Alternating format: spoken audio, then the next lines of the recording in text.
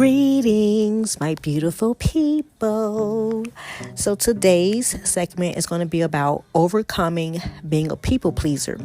So a people pleaser is someone who pretty much put everyone else's needs before their own. You pretty much saying yes to things you don't want to say yes to, and you really want to say no. And the reason why you just don't say no because you don't hurt anybody's feelings. You don't want to offend people. Not speaking up, not standing up for yourself, or just playing out, not handling situations, or just not dealing with things that's gonna make you kind of like feel powerful. And it come from like a state of feeling helpless, feeling powerless, and just not valuing yourself enough to let people really know how you feel. Like that's kind of like a reason that kind of like pushed me to start a podcast because I have a lot of great conversations with people, but they don't really get recorded. And kind of like sometimes when I come on here, I don't really let out everything because I still don't record a lot of the conversations that I have. Just because of that thing, because of people pleasing, because of making sure you don't present what people might think about you, or saying things people may agree with. Sometimes a lot of times people pleasers are people that are highly sensitive. They really take things like to the heart, when kind of a lot of things are not personal. A lot of things are just different viewpoints. A lot of things are perspectives. A lot of things are hard to hear but needs to be heard. And so one thing I learned about people pleasing is that you don't please yourself out of the entire endeavor. You're too busy trying to make sure this person, and it's a lot of work. It's a lot of work trying to please this person and that person.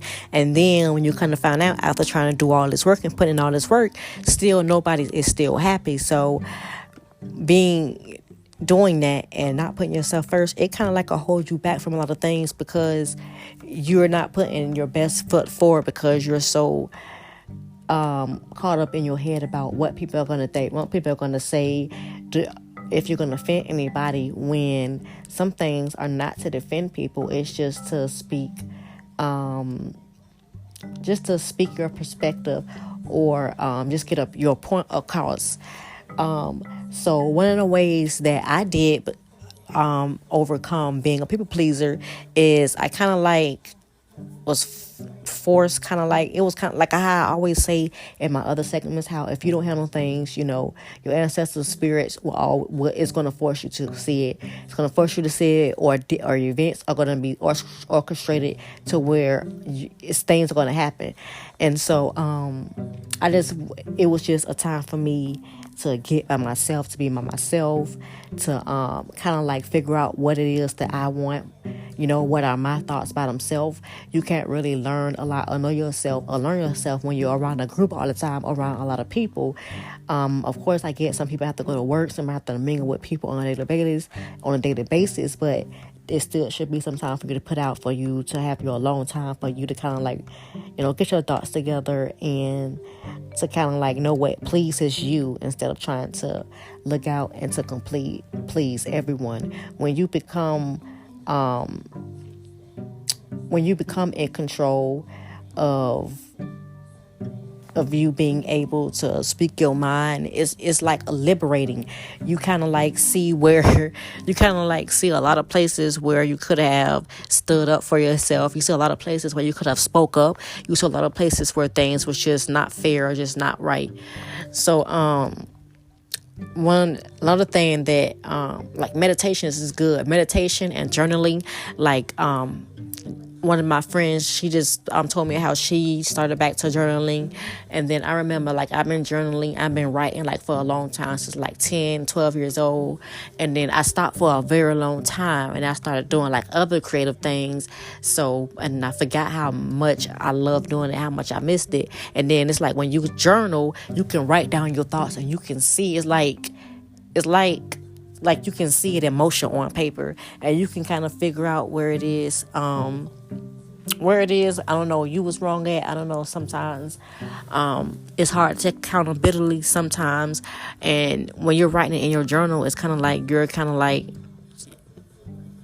doing it for yourself. I don't feel like everything deserves to be put out online and for you to let people know every single thing that you write in your journal about. Some things can be private.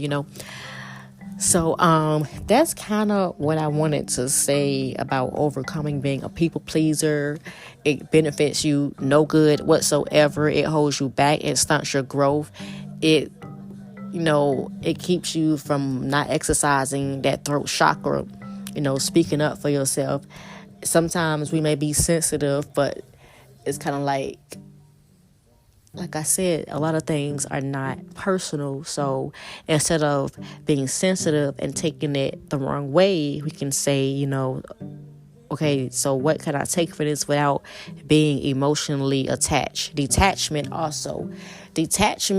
is kind of like that neutral ground where you kind of like are not on either side. You're kind of not neutral. You just kind of like looking I'm